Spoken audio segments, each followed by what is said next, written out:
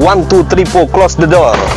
Oke bosku, ketemu lagi di acara kita Ngopi Ngobrol Pintar bersama Bang Beto. Oke bosku, hari ini kita mau sharing.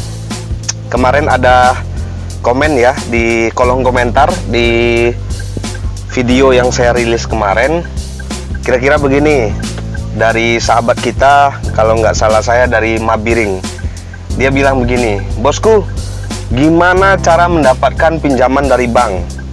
Kondisi bisnis saat ini ambiar katanya. Kira-kira seperti itu bosku, komen dari sahabat kita Mabiring di kolom komentar di video saya kemarin. Saya mau sampaikan ya pada bosku semua, saya tidak bisa memberitahu ataupun memberikan informasi kepada bosku bagaimana cara mendapatkan pinjaman dari bank. Kenapa?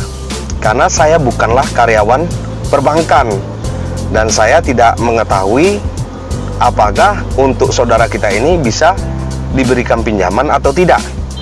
Tapi it's okay, itu nggak masalah, Itu ada topik bahasannya nanti, kita akan sampai sana. Tapi sejauh ini saya belum mau melangkah ke topik tersebut karena begini bosku.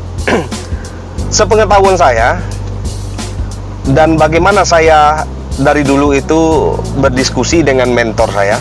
Saya punya seorang mentor ya bosku, dan saya sering berdiskusi dulunya dengan mentor saya itu bagaimana cara usaha kita itu bisa ditopang oleh bank gitu ya, ataupun ada bantuan pinjaman dana baik itu dari perbankan ataupun pihak ketiga.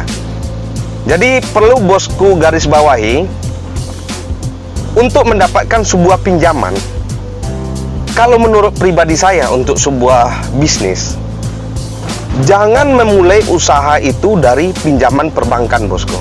Jangan, kalau menurut pendapat saya. Karena sejauh ini dari apa yang saya pelajari dari mentor saya, seorang mentor wirausaha ataupun pebisnis di Kota Medan. Sekarang dia udah almarhum.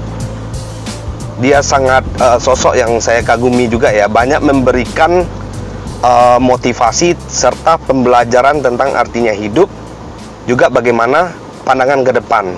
Artinya dia sangat visioner. Beliau pernah mengatakan kepada saya seperti ini, kamu untuk memulai usaha jangan mengandalkan bantuan dari dana bank ataupun pinjaman dari bank, karena itu akan mematikanmu pelan-pelan. Catatan kunci, saya dulu berpikir kalau tanpa adanya sokongan dana dari pinjaman bank, bagaimana kita mau berusaha? Pasti pikiran orang awam untuk memulai bisnis itu memang butuh dana, butuh modal. Itu betul bosku. Dulu mindset itu artinya di kepala saya itu dulu seperti itu. Kita mau berbisnis, mau usaha, itu harus ada pinjaman dari bank. Baru kita beli barang, terus kita jual lagi, kita dapat untung dari penjualan barang tersebut. Jadi istilahnya itu kita perantara dari produsen ke konsumen. Itulah yang disebut dengan distributor, pelaku pedagang lah seperti itu. Jadi di pikiran saya itu dulu seperti itu bosku. Jadi kita itu kalau memulai bisnis atau usaha itu harus dapat dana pinjaman gitu. Ternyata menurut mentor saya tadi, itu nggak boleh. Untuk memulai suatu usaha ataupun bisnis, pantang sekali kita memakai dana pinjaman bank dari awal. Karena apa? Ini akan menggerogoti margin kita, keuntungan kita untuk berkembang. Karena apa? Induk semang kita itu adalah perbankan. Hitungan kalkulasi bunganya itu bosku, di tahap awal itu kita kan akan menembus pasar, kita akan bersaing berupa price ya. Ada price yang harus kita betul-betul bersaing di situ untuk merebut pasar. Price itu artinya harga kita yang sangat kompetitif, bahkan lebih murah dari yang lain gitu. Jadi kalau kita dengan margin sedikit kita ngambil pasar, artinya pelanggan gitu, kemudian kita mulai usaha, itu berat. Nah, seiring berjalan waktu, saya mengikuti dari mentor itu juga, banyak belajar. Kemudian saya juga punya ada murid ya, murid online lah kita bilang. Orang yang nggak melanjutkan pendidikan ke perguruan tinggi, nggak kuliah, tapi punya semangat besar. Mulainya dari nol ya. Dan sekarang ada anak murid online ini ada sekitar 2 orang, sudah berjalan hampir 4 tahun, dan barangkali sebentar lagi sudah bisa diwisuda secara ilegal, karena dia sudah mampu melihatkan kiprahnya, dia sudah punya usaha seperti itu, bosku. Tapi nanti itu kita bahas di sesi yang lain.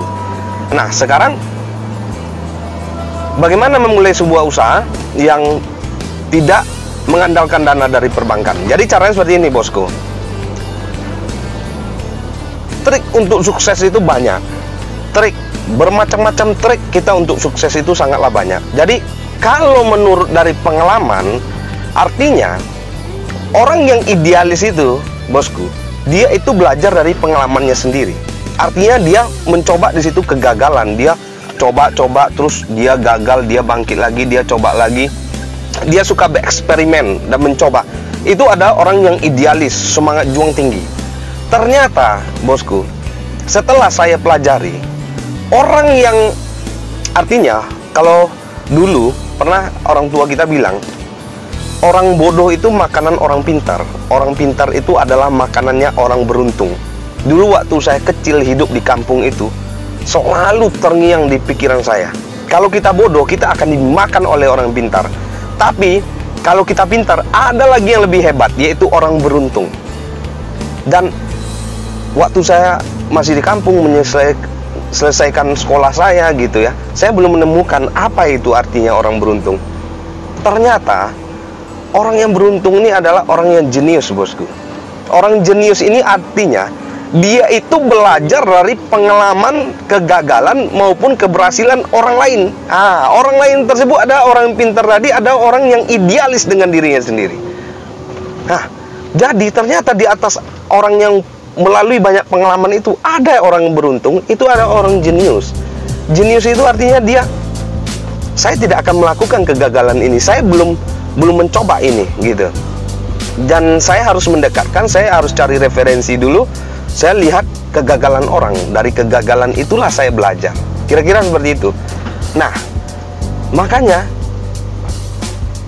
untuk mendapatkan pengalaman itu, menurut saya pribadi, terlepas dari semua banyaknya motivator yang menyampaikan bagaimana trik sukses mulai dari nol, saya di sini bukan menawarkan sebuah seminar ya, bosku, yang harus memungut biaya, bukan. Saya hanya membagikan apa pengalaman dan ilmu saya yang saya dapat dari pengalaman-pengalaman orang lain, dan saya lagi menuju ke jalan jenius itu, artinya orang yang bisa didekatkan dengan keberuntungan. Saya mencoba mempelajari pengalaman orang lain, dan ada sedikit pengalaman di dalam hidup saya yang saya akan bagikan kepada bosku semua. Jadi begini,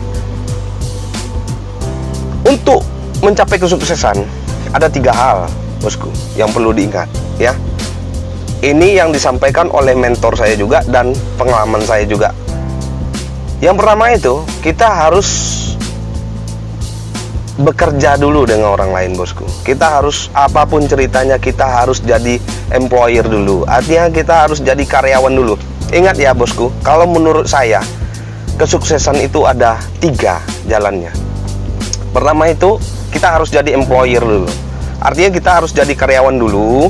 Jadi begini, terlepas Anda mau kuliah atau tidak kuliah, apapun basic pengetahuan Anda ataupun sekolah Anda, pastikan bosku itu ada passion di dalam tubuhnya. Misalnya begini, bosku itu dari kecil tuh sukanya otomotif ya, modif-modif motor gitu ya, variasi-variasi sepeda motor ya, pokoknya hobi dari kecil itu udah nampak. Dan waktu SMP SMA-nya itu atau STM ya, udah nampak kecintaannya ataupun passionnya itu di otomotif.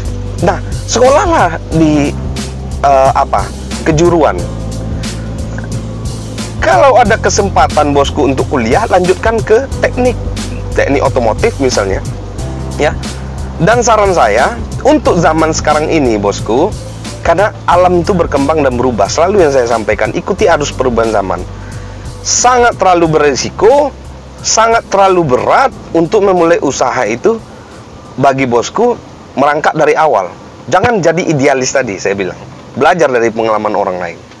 Ada yang idealis, pokoknya saya tamat kuliah nih, saya nggak mau kerja sama orang, saya akan mulai bisnis. Bisa, banyak juga yang sukses, tapi presentasinya kecil. Jadi, kalau bosku hobinya dari itu, passionnya memang di otomotif, STM dulu, sekolah STM. Kalau nggak mau kuliah, nggak masalah. Kerjalah di bidang yang Anda cintai. Itu kuncinya, bosku.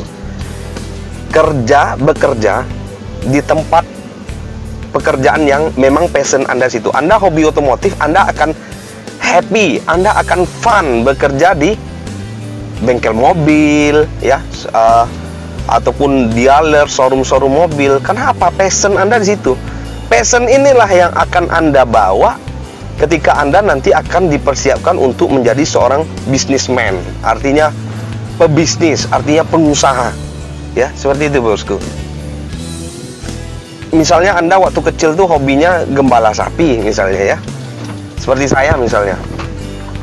Saya dulu waktu kecil itu dari SD, bosku, saya itu udah pengembala sapi, ya, pengembala sapi. Saya cinta peternakan, saya cinta hewan. Bahkan waktu saya sekolah itu, saya tidurnya itu lebih banyak di kandang sapi, bosku. Karena apa? Kecintaan saya di dunia binatang, dunia hewan, seperti itu. Jadi passion saya di situ, saya menjiwai. Akhirnya apa? Saya akan arahkan ke passion saya tadi. Akhirnya sampai sekarang kita akan bekerja di passion kita. Nah, itu salah satu contoh. Itu macam-macam contoh, banyak ruang lingkup lain, ya. Kita kembali lagi ke topik tadi. Jadi saran saya, sekolahlah di kejuruan yang kita cinta di bagian itu. Kemudian bekerjalah dulu jadi employer di suatu perusahaan, ya. Jadi ketika Anda jadi employer, di situ otak Anda akan bekerja. Belajar dari pengalaman Jack Ma, belajar dari pengalaman orang-orang sukses di dunia, bosku. Baca literasinya. Jadi sekarang saya mengarahkan kepada bosku untuk menjadi orang yang jenius, artinya belajar dari pengalaman orang lain. Karena untuk menjadi seorang idealis di zaman sekarang ini cukup susah, bosku, ya. Tingkat kegagalannya tinggi. Nah, jadi ketika Anda sudah memutuskan bekerja di sana, tekunlah Anda sana, pelajari setiap ini. Nah, biasanya ketika Anda bekerja di sebuah perusahaan, menjadi karyawan orang lain, di situ Anda tahu apa yang belum dikerjakan oleh perusahaan ini. Ya, artinya ada cabang anak-anak bisnis itu yang belum digarap. Dan disitulah yang Anda harus pikirkan. Nanti, seandainya saya sudah lama mengabdi di pekerjaan ini, saya toh akan menentukan jalan hidup saya kemana, untuk membawa keluarga saya ke kehidupan seperti apa, untuk nanti anak-anak saya sekolah itu di sekolah favorit apa. Harus ada di mindset. Jadi jangan mengambil bagian kue yang ada di perusahaan Anda, ya. Tapi banyak hal di situ yang Anda harus telisik. Oh, ini perusahaan ini tempat Anda, misalnya di otomotif, dia hanya bisa perbengkelan gitu, ya. Tapi di situ dia, karena Anda pelanggan itu, customernya sering datang, Anda tahu nih, dia komplain ini, komplain itu. Tapi si perusahaan nggak pernah ada bahan itu di sana. Nah, disitulah muncul ide-ide Anda. Oh, ini berarti prospek. Suatu saat nanti prospek. Karena perusahaan ini, contoh misalnya kita kalau boleh sebut nama, ya, seperti Auto 2000 misalnya, ya, Auto 2000. Di sana kan tempat servis, bosku, ya. Tempat servisnya Toyota misalnya. Jadi kalau Anda bekerja di situ jadi employer, Anda akan mempelajari bagaimana SOP, bagaimana di perusahaan Auto 2000 itu pekerjaannya itu memang betul-betul menanamkan konsep yang sesuai SOP. Dan ada hal-hal yang nggak bisa dikerjain di sana, bosku, yang bukan bagian dari Auto 2000 secara spesifik. Contohnya, di sana bosku bekerja, bosku bisa buka bongkar pasang misalnya bagian dari alat-alat mobil. Nah, di situ bosku lihat, saya mengerti bagaimana pengapian, misalnya pengapian api apa segala macam. Ya mungkin bosku nanti bisa membuka usaha setelah bosku resign dari tempat tersebut. Bosku bisa membuka unit usaha perbaiki dinamo misalnya, ataupun perbengkelan mobil, ataupun bagian ngecat mobil gitu ya. Jadi punya anak cabang dari situ. Nah, ketika di posisi pertama employer, bekerjalah di sana secara kerja keras ya, dan tanamkan di pikiran kita, kelak saya akan mengambil bagian di sini proporsinya. Nah, ketika Anda punya keyakinan untuk suatu hal yang lebih besar ke sana, berarti Anda mempunyai sebuah sifat yang visioner, artinya memandang jauh ke depan. Di situ Anda persiapkan. Anda harus pertama hemat, Anda harus pandai mengolah keuangan. Nah, ada tahapan kedua, namanya investasi ya. Employer, karyawan di suatu pekerjaan, kemudian tahap kedua, mulailah berinvestasi. Ketika Anda bekerja, tentu Anda akan mempunyai income, penghasilan ya. Anda berhemat luar dari kehidupan kebutuhan pokok bulanan, itu Anda harus menabung. Anda harus menabung dalam bentuk investasi, misalnya emas. Karena apa? Harganya cenderung lebih naik. Nah, bisa saja Anda membeli sebidang tanah ataupun properti perumahan. Karena apa? Harganya naik. Nah, Anda invest dulu tuh di situ. Invest dulu. Ketika investasi Anda, atau Anda bisa gini, join usaha dengan teman ya. Teman punya ini, oke, saya tanamin modal ya segini, nanti kita 50-50.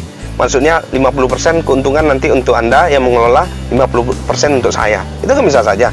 Misalnya Anda punya pendapatan di pekerjaan tadi, misalnya di perbengkelan misalnya, terus Anda dapat uang, terus Anda ada uangnya, Anda bilang ke teman Anda yang punya usaha peternakan sapi misalnya, saya belikan satu sapi ini ya, limosin misalnya, modalnya 10 juta. Nanti kalau terjual 20 juta, kita untungnya bagi dua, 5 juta, 5 juta. Itu artinya Anda berinvestasi. Investasi dulu. Ketika investasi Anda itu berkembang, artinya Anda nggak perlu turun tangan di sana. Anda cukup menanamkan uang Anda di sana, dan dia bisa berkembang. Nah, ketika investasi itu, bosku, berkembang, dan ketika Anda sudah cukup matang untuk membuka sebuah usaha, dan siap untuk terjun ke dunia bisnis, Anda lihat investasi yang Anda tanamkan tadi itu sudah bisa nggak mengarahkan Anda ke jadi bisnis seperti itu. Jadi maksudnya begini, dari investasi luar dari gaji bulanan tadi, Anda berinvestasi, join sama kawan ya, ataupun main saham atau segala macam lah, dan hasil investasi bosku ini sudah bisa mengimbangi dari pendapatan di waktu jadi employer tadi, karyawan di perusahaan. Nah, kalau rasanya sudah bisa untuk menopang kehidupan, seandainya bisnis ini belum menghasilkan margin ataupun tahap memulai gitu, jadi bosku sudah ada cadangan, Nah, seperti itu maksud saya. Jadi ketika investasi sudah berjalan, bosku juga cukup matang untuk bisa resign dari sebuah pekerjaan dan bisa fokus untuk menjadi seorang bisnismen. Udah matang kan? Pilih konsep yang sesuai passion. Ingat, pekerjaan yang kita pilih itu adalah pekerjaan yang betul-betul kita senangi, bosku. Itu kunci dan rumus kehidupan ya. Jadi kita melakukan sebuah pekerjaan itu, passion kita di sana, dan kita melihat peluang ini masih cuan ya, artinya kita ini masih menguntungkan, ini prospeknya jangka panjang, ini bagus. Karena apa? Misalnya yang kayak saya kasih contoh tadi di bidang otomotif misalnya ya, ataupun mobil apa, itu kan berkembang. Nah, seperti itu salah satu contoh. Bisa saja di bidang lain, IT, peternakan, pertanian, bisa bosku, bisa ya. Itu adalah ilustrasi yang saya berikan tadi. Nah, ketika udah menempuh jalur seorang bisnis, jadi bosku keluarkan kemampuan dan potensi yang ada di sana, keluarkan semaksimal mungkin, fokus. Nah, seperti itu ya. Jadi ini kalau menurut saya inilah 3 kunci sukses tadi. Kita harus jadi karyawan orang dulu. Kenapa? Kita harus posisi employer supaya kita tahu kelak kalau kita mengurus sebuah usaha kita sendiri, kita mengerti tata cara pengelolaan manajemen yang baik. Di saat kita mempunyai anak buah, anggota ataupun pegawai kita mengerti. Karena apa? Karena kita dulu juga pernah jadi karyawan orang, kita juga pernah jadi anak buah orang. Jadi ini akan memberikan pengalaman bagi bosku bagaimana bosku bertindak, ya. Bosku akan ingat bagaimana kawan-kawan bosku di satu tempat pekerjaan dulu. Oh, yang ini dia hanya merusak saja, dia tukang kompor-komporin, ini etos kerja nggak bagus. Jadi ketika kita punya karyawan, kita tahu, oh ini bisa pakai, ini nggak bisa pakai. Nggak bisa pakai itu harus out, nggak bisa. Karena di dalam bisnis itu yang diperlukan adalah kerja sama tim. Kalau ada yang perusak di sana, ada biangnya, itu harus di-cut. Nah, itu tujuannya. Satu, yang kedua, supaya bosku cukup matang, mendapatkan pengalaman, dan kemudian juga ada modal awal. Nah, begitu. Jadi ini berawal dari cerita sahabat kita Mabiring tadi menanyakan bagaimana mendapatkan pinjaman dari bank. Nah, kalau sudah dimulai usaha dengan strategi yang bagus, punya sedikit modal, nah, baru bisa.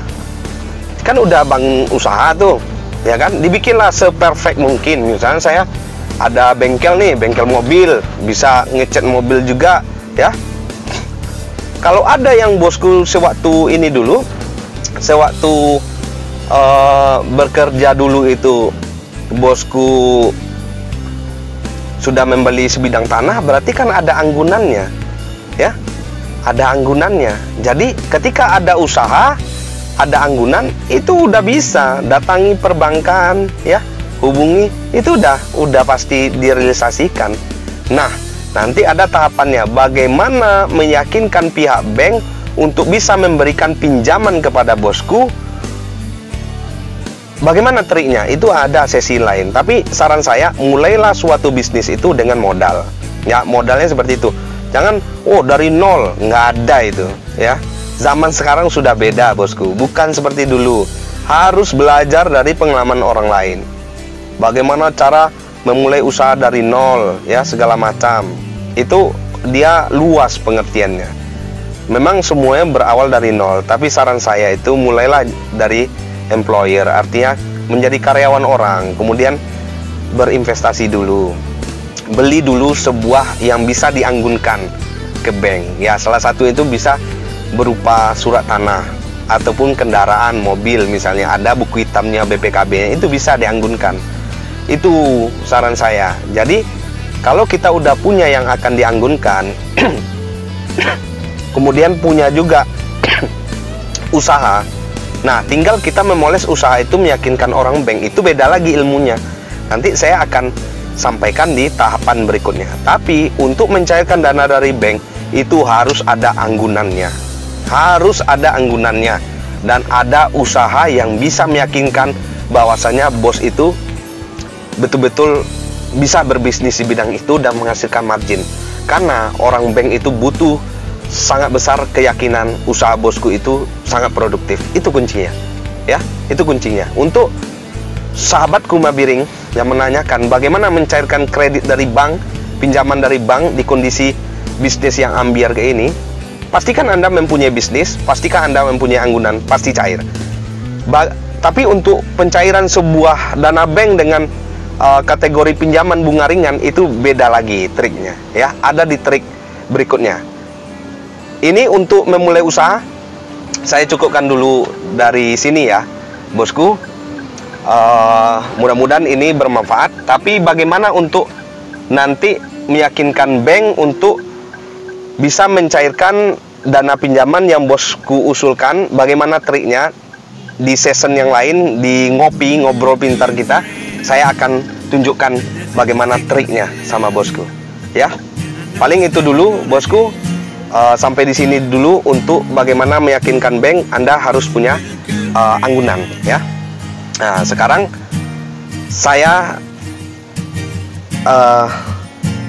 kepada bosku berpesan ataupun memberikan sedikit pesan, ya. mulailah bisnis itu dengan keseriusan dan total di sana, ya, yakini. Dan untuk pinjaman dari bank itu bukan untuk tahap memulai usaha, tapi untuk membesar usaha. Nah, itu beda ya, dua hal yang berbeda. Kita boleh berutang dengan bank, tapi untuk mengembangkan usaha, ya, bukan untuk memulai usaha.